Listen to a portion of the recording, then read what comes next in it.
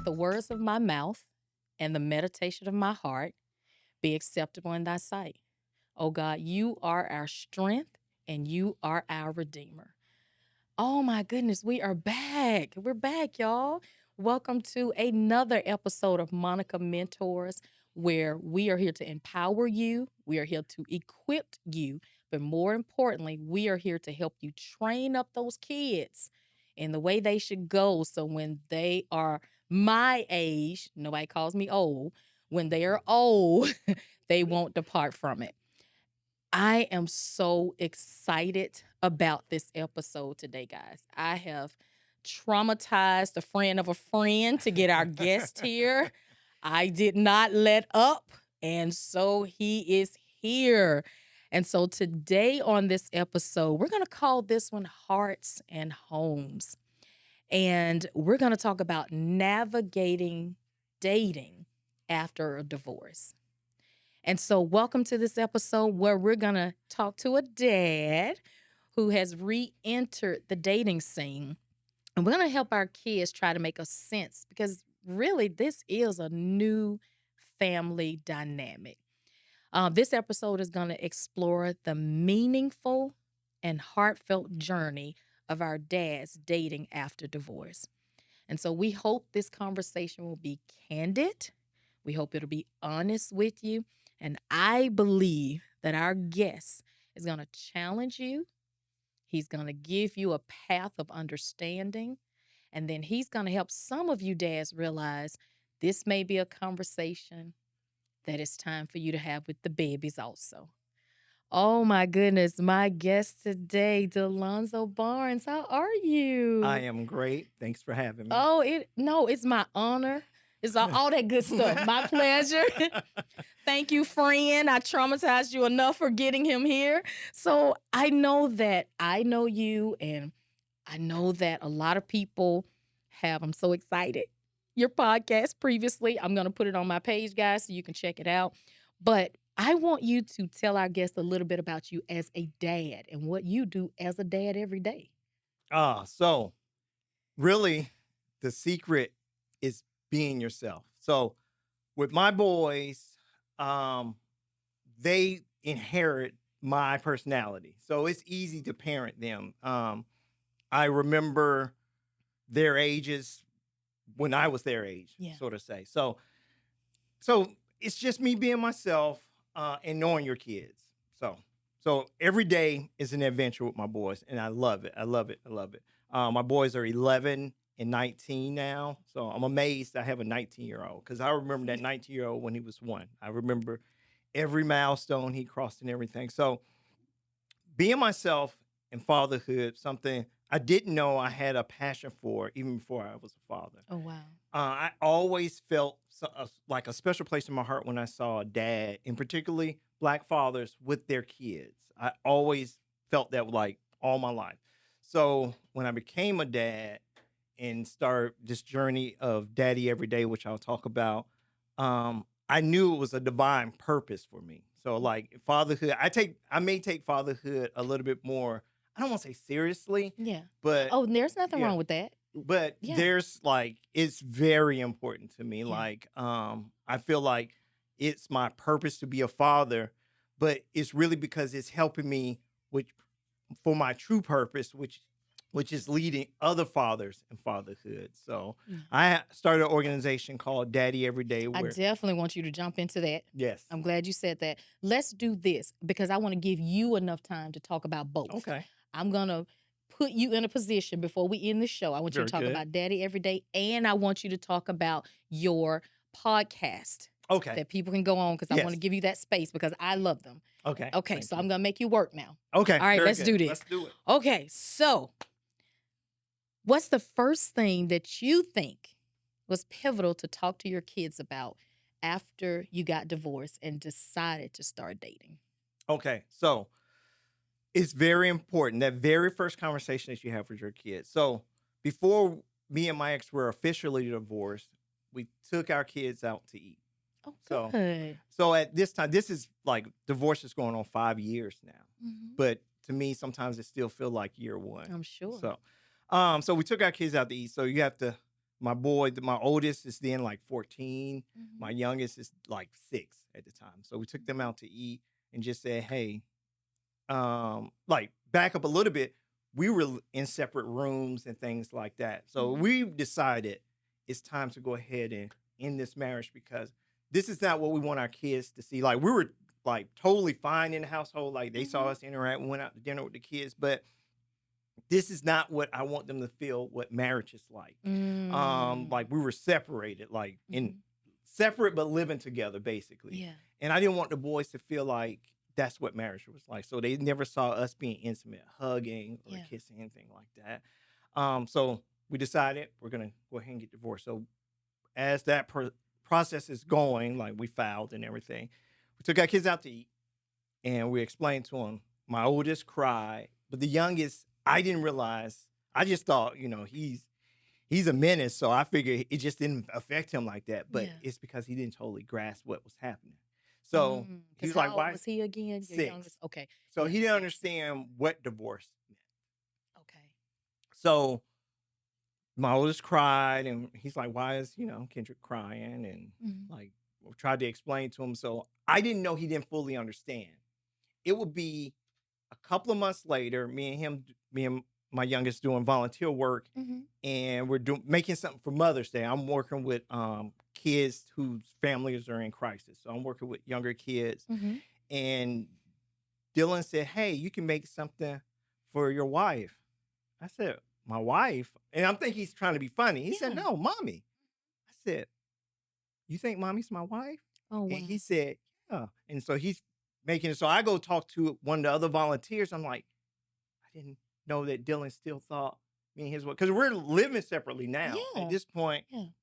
But had he ever said that when y'all were still in the house together? No. Okay. Oh, like they would wow. just come into my room, which used to be my office where I did all my writing, and then I eventually put a bed in there, and I started living there. So they didn't think anything of it. Like they would just come hang out in my room, and they didn't think anything of me and mommy not sleeping in the same room. Right. I didn't want them to think this is what a marriage was like. Yeah. Keep stressing that, because that's very important. Yes. Yeah. I mean, because that's, to me, that's a biggie for the kids, especially when you think about possibly some of the silent insecurities and silent fears they may have.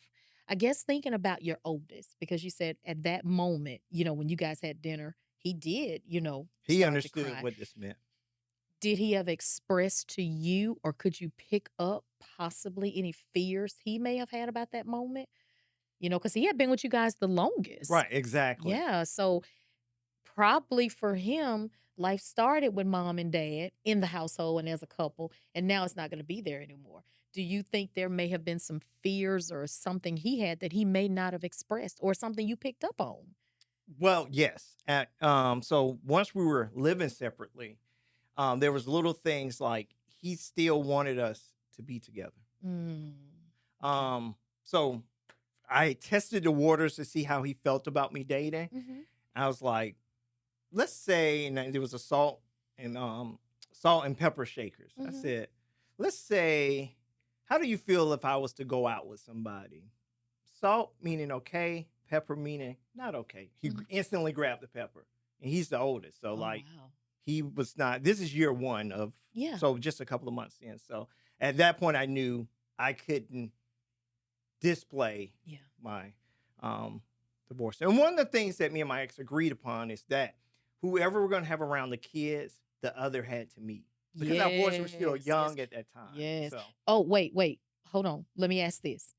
Because was it just somebody y'all were serious? Serious. Okay. Yeah, I just serious. That okay. Yeah, just serious. Okay. That who's going to be around our kids. Okay, gotcha. Gotcha. Yes. Okay, yeah, because I know you. So I'm like, I don't think Delonso just let his kids meet anybody. No, absolutely. In the same way with their mom. Like, it would be like, yeah. Okay. So, can you expand on what you were just sharing? Because about the salt and pepper example. And the reason I say that is because parents, you may think that was a non-essential example, but that's a way to even build trust and open communication with your kids. Yeah, absolutely. Because like I said, the boys take or have my personality. So a lot of times I know how to handle things based upon like how I would feel about things, especially when I was their age. But I tested the water like that because I was on the phone and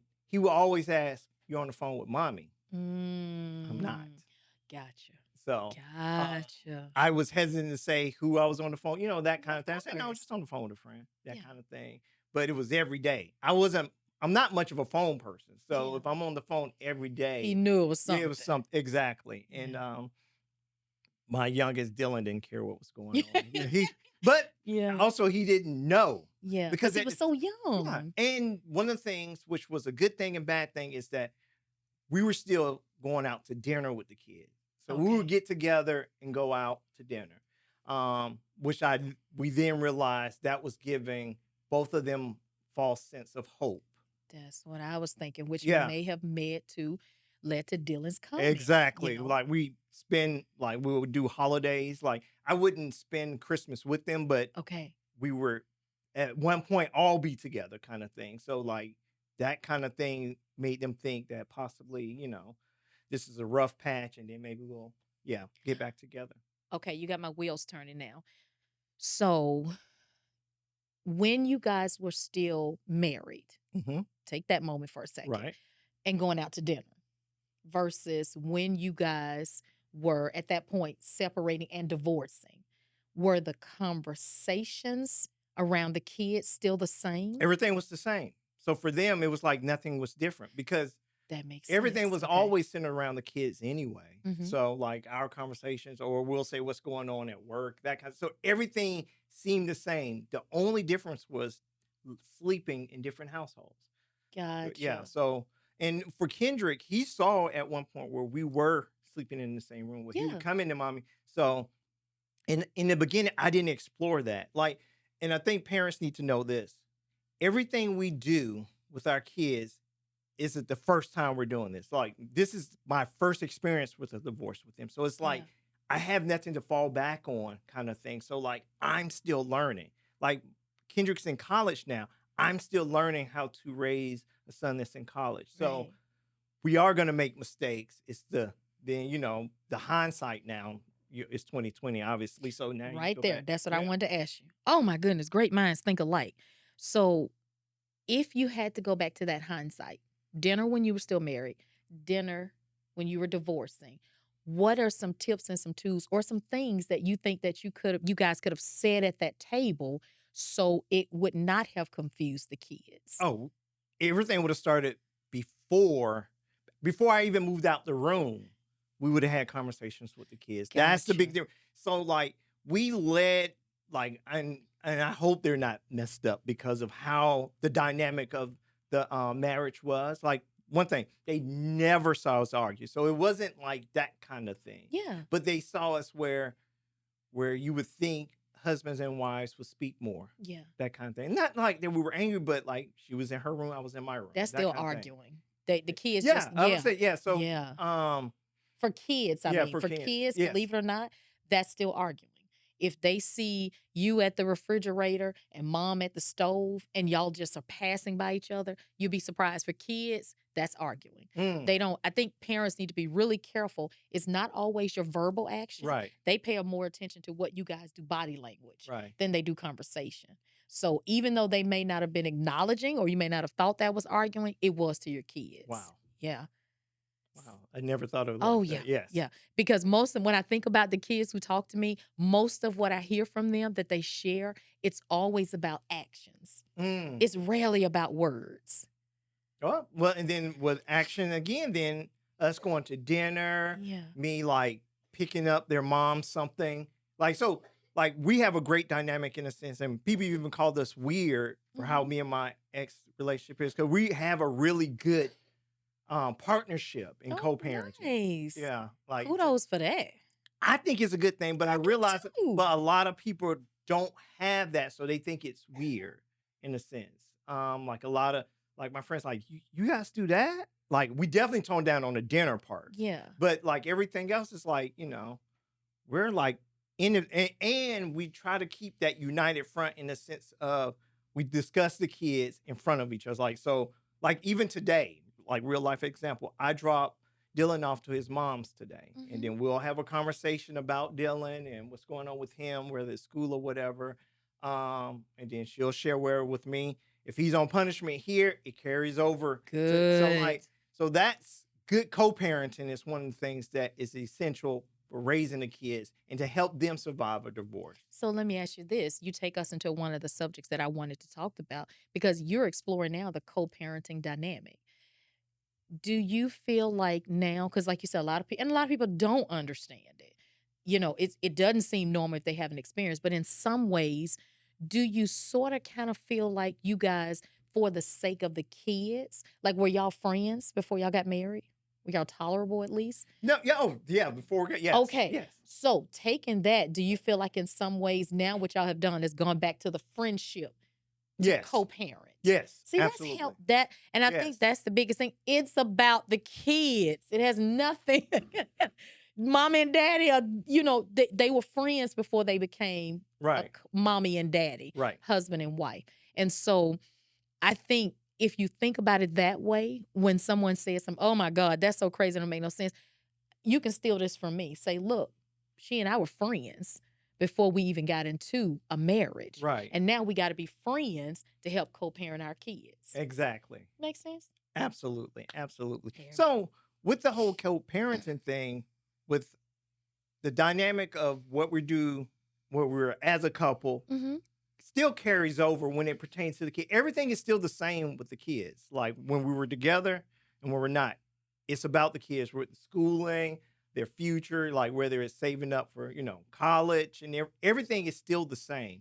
And I also, for me as a man, I want my boys to see me being respectful to their mom because I expect them to be respectful to their mom and to, other women as well. So like I have to mirror what I want my boys to be. So like even if me and their mom wasn't on good terms, visually it would look like we were because I still want them to respect their mom and to show this is how you handle situations. Like obviously they know we couldn't get along living together, but to do what we have to do as parents, that we're still able to do that. And like that's to a certain degree, she's still my responsibility as long as the boys are of that age, like Dylan still. Yeah. So I still need to make sure to a certain extent her household is okay because Dylan is still there. Yeah. That kind of thing. So like I will be like when I take Dylan to the house, I still kind of look around and things like that to make sure everything's cool because Dylan is still there. So that household to a certain extent is still my responsibility. Not necessarily always hands-on, obviously, but so I'm still concerned. I still hope, for the best for their mom and everything because that's still, the mother of my kids and they still need her as well. So all right. So let's get to the nitty-gritty now. Did you guys establish any dating rules, so to speak, other than, if I'm serious with this person, then we'll come around? Like, did you say, or did she say, listen, I don't want you to date nobody I know before. I don't want you, seriously. I mean, were there any things that you guys established other than that? No, to be honest, wow. no, there was no, outside of, if we get serious with somebody, and just, well, not even getting serious. If somebody's going to be around, because somebody can be around, but you're not serious with That's it. true. So, that's true. But neither one of us are like that. Like I wouldn't, and she wouldn't bring, like I wouldn't just be parading women around my boys like that. I wouldn't do that anyway. But no, there was no set guidelines on that. Do you think that would be helpful for parents? Absolutely. I think anything that you feel you need to get out. Like let's say if I felt the need to employ something else, I would have.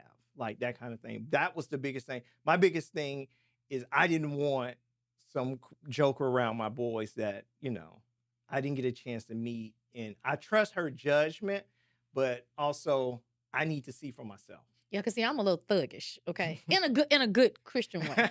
There's Christian Monica, and then there's still Monica that'll thug out, and then I'm gonna still pray for you. But I could see me with me and my husband, seriously, all jokes out, because we were friends before we got married too.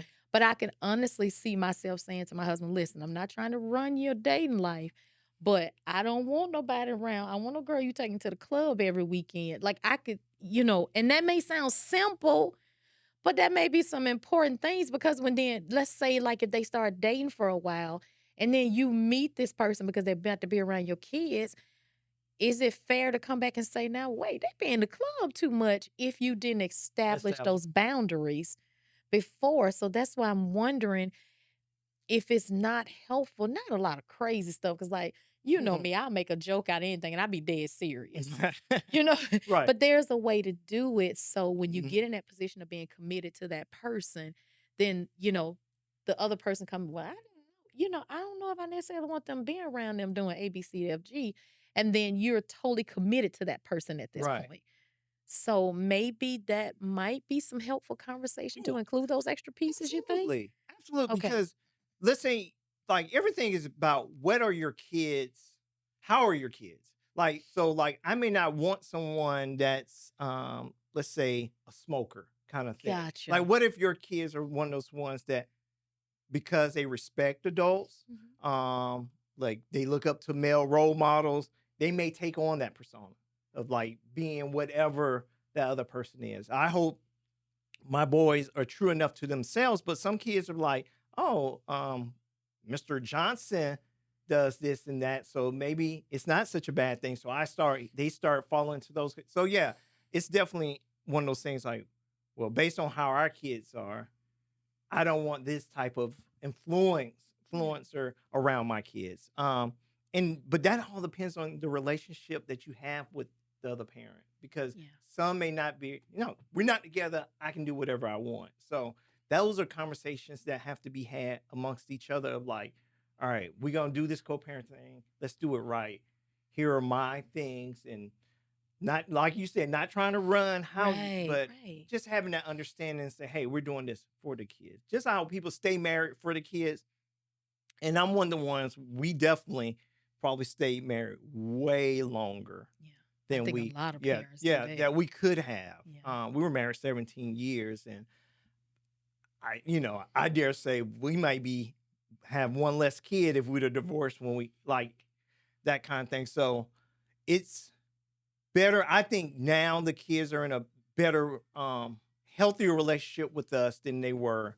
Like, I don't know what it would look like had we stayed married now. Like, Yeah. if 5 years later we're still, I don't know if that would have been if it could have became toxic Yeah. in that sense. Like, we were already in separate rooms and all that kind of thing. Yeah. So, How do you deal with the um because kids have it, how do you deal with the jealousy piece of it? Let's say like one thing that I love that you did. I was like, "Oh, I need to tell some other people in a nice way."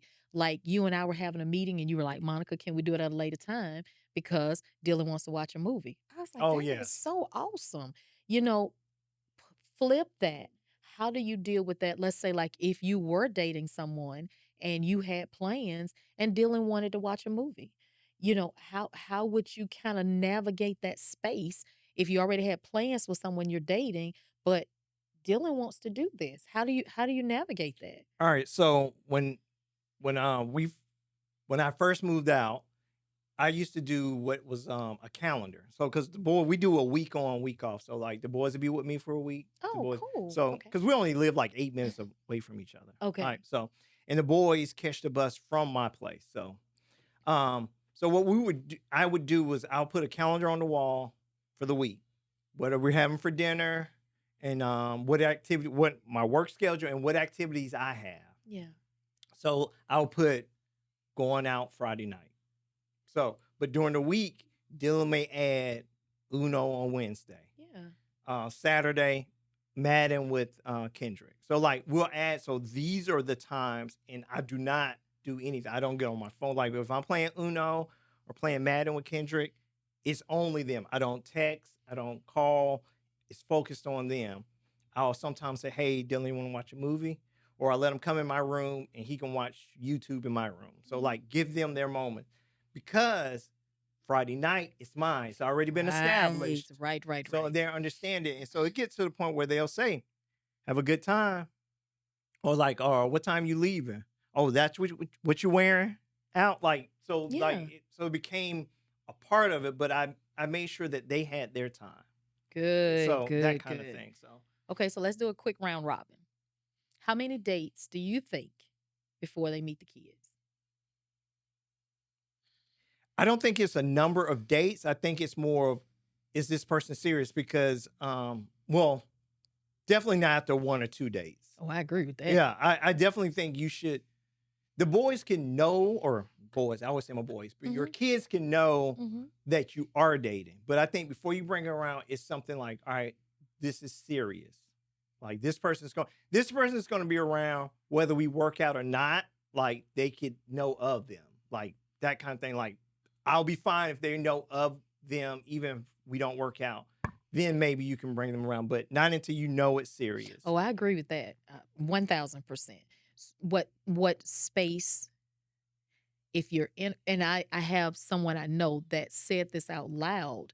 I heard it on television. Oh, well, I thought they were just friends and then they got married. So at what point do you even introduce that person you're possibly, no, I ain't gonna say possibly, committing to, because there is a difference. Possibly committing are two different things. When do you introduce them to your ex-spouse? Because that's gonna affect your kids. What do you think? Or should you? Well, one, it depends upon how old your kids are. Okay. Like you don't, like, let's say in my situation, like I would introduce my ex, even though the boys are getting older now.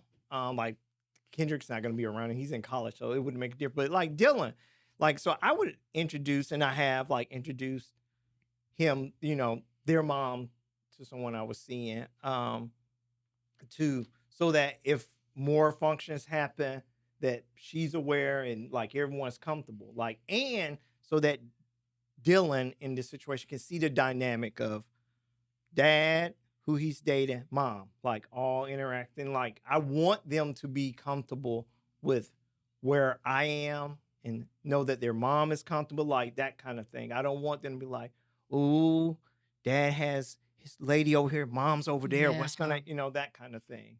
Or, ooh, I wonder if dad's gonna bring someone to Thanksgiving dinner or that kind of thing. I don't want them to be there. I want them to feel comfortable. Like, and I mean, they're just a part of this. My dating, their mom's dating, this divorce, all this is on them too. Like they're a part of it. So, how many times has Dylan, especially being the age that he is, how many times has Dylan, or has he? He may have never said it before. Has he ever said, "I want your mom to be back together"?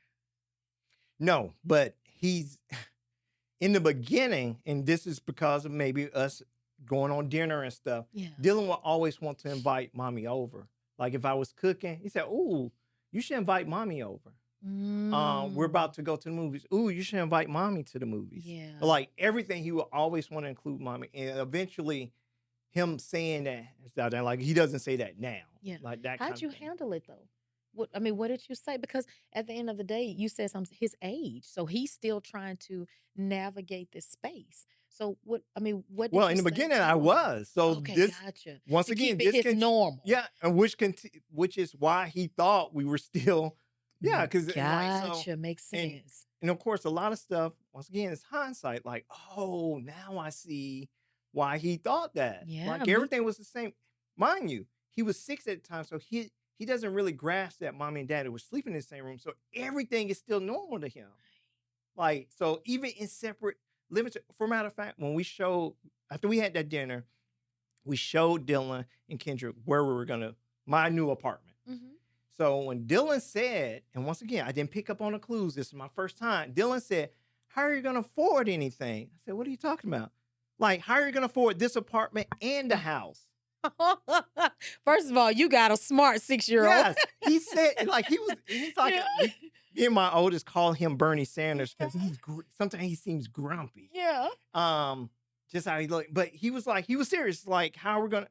But I didn't realize because he still thought we were together. Right. Like he's telling me basically, but I didn't pick up on the clues. But he said, "How we're gonna?" I said, "Dylan, we're gonna make it happen. Like, how are you gonna be able to afford it?" He was really upset. Like, how are you gonna?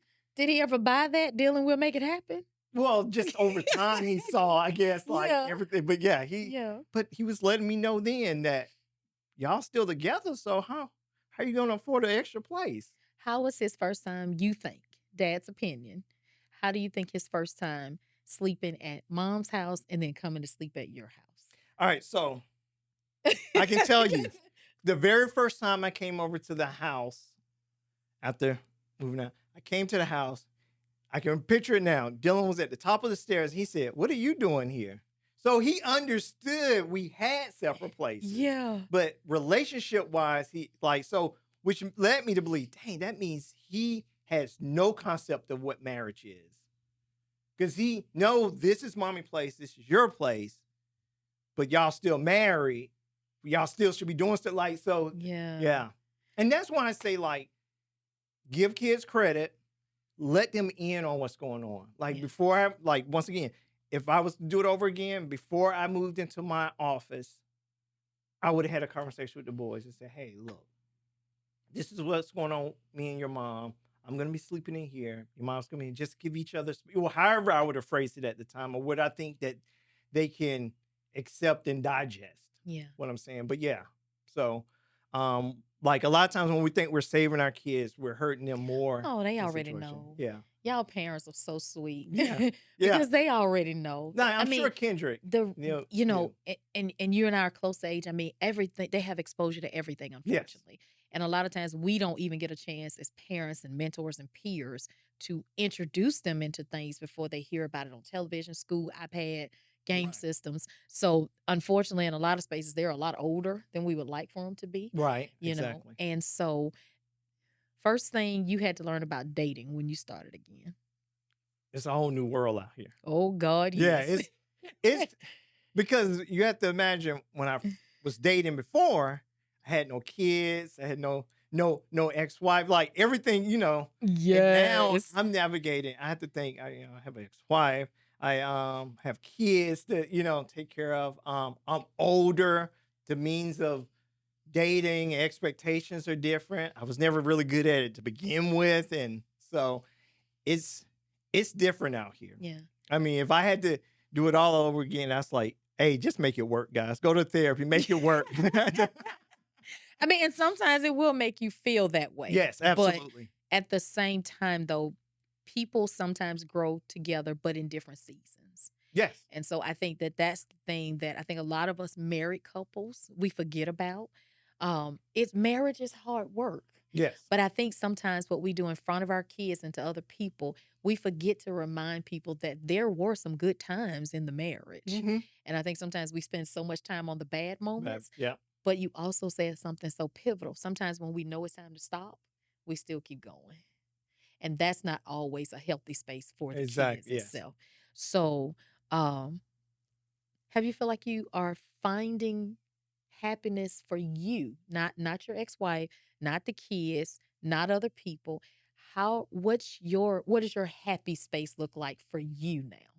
I would say I am now in a position to be loved the way I want to be loved, and if I'm not, I can then move on. Because I say that because in marriage, in everything I say, she was probably feeling the exact same way. I don't think I was loved the way I wanted to be loved, and I'm sure I wasn't loving her the way she wanted to be loved.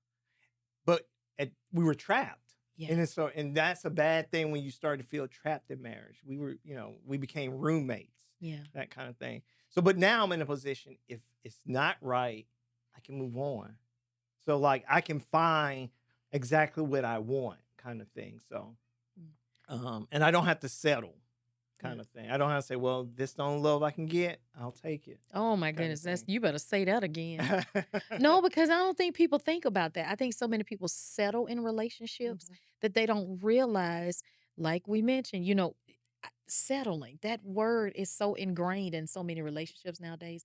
And I believe that's why so many people step outside of their relationships. I believe that's why there are so many people who are not committed even to friendships anymore. Because once you settle for what you feel is you being less of you and more for the other person, I feel like that's when you even get into a space like, I'm just done. I'm just, I'm stay here and that's the end of it. Oh my God, you did this was fantastic. Thank you so much. Oh, you're definitely going to be back. Oh, for sure. For sure. Now, I always do this for my guests, and I want to give you this space. I want you to look in your camera and I want you to give dads, everyday dads, I want you to give them some words of inspiration about dating. And then I want you to definitely make sure that you share with people how they can learn more about you. Okay.